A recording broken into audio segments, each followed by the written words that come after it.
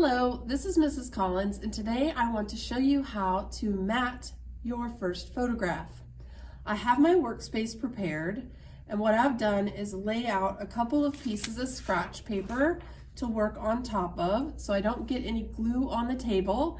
If I do, it just gets on the scratch paper and then I can recycle it when I'm done. I have my mat picked out here and already hinged, so it's easy for me to line up my image. I have my photos printed and I already have my glue out ready to go, and I also have a pencil. So after you have your workspace set up, it's important that you wash your hands. That way your hands are nice and clean and you don't have any oil or food residue or lotion on your hands, because we will be working with glossy photo prints and they show every fingerprint on them. As well as some of our mats are white and they're really easy to get dirty. So this is really important that you wash your hands if you just ate lunch or breakfast or had a snack. So the first step after you have prepared your workspace and washed your hands is to go ahead and kind of line up your picture in the mat and arrange it where you want it to be. So this is why it's important your fingers are clean, because you're going to be touching your picture and kind of moving it around. You have some play in how it fits within the frame window. When you get it where you want it to be, and if you like what it looks like, you're going to very carefully hold it down with one finger and let the frame go back down. This is where the pencil comes in. You're going to come in, and I call these L brackets. You're going to very carefully mark little L's at the corner of each of the edges of the picture. So I did that, so when I pick this up, I now know where to glue it back down. So I'm going to give you a closer look at what those L brackets look like, because I know it's hard to see. So you can use a pen for this. I would recommend not using a marker. So the next step is to glue down your picture. So this is where the scratch paper comes in handy. I usually flip over my image, and I've got my rubber cement here.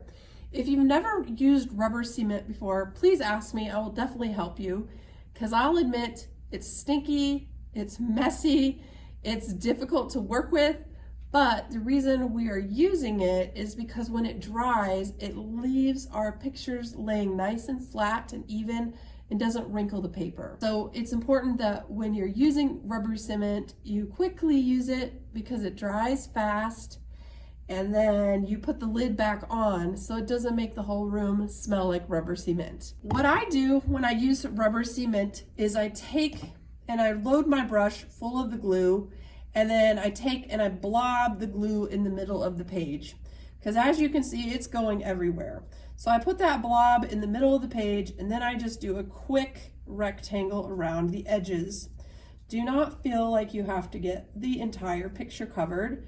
We mainly need the edges. It's important to work rather quickly because the glue will dry very quick. So what I just did with the rubber cement is I put the blob in the middle of the picture, and then I just took and did a quick rectangle around the edges. If I ran out of glue, I can get more glue out of the middle.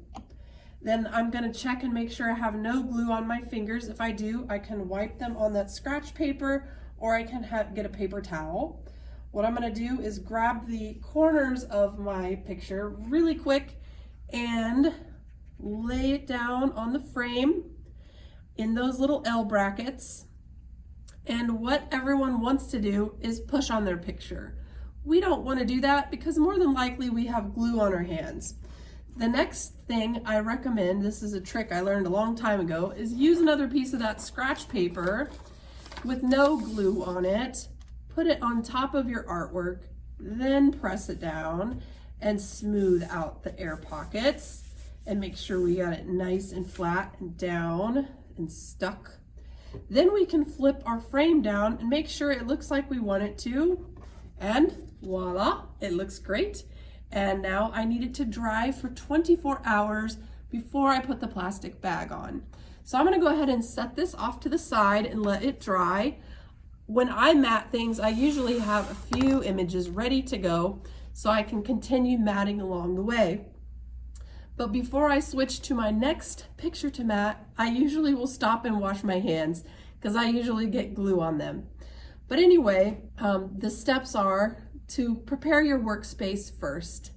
Use scratch paper where you're gluing, then mark where your picture will set within the frame.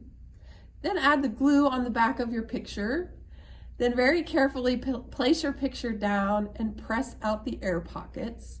And then we need to set it aside and let it dry. We have a drying mat that we can use, like a rack that we can put things on, and a basket that we can put things in. If you need more room to work because you're in a big class and you just simply need room to spread out while you're matting, what I want you to know is we actually have like 3 or 4 large tables in the hallway that you can use for matting. It's just important that you clean up your workspace when you're through and put your supplies away. Finally, I cannot wait to see your pictures. I'm here to help you, and thanks for watching.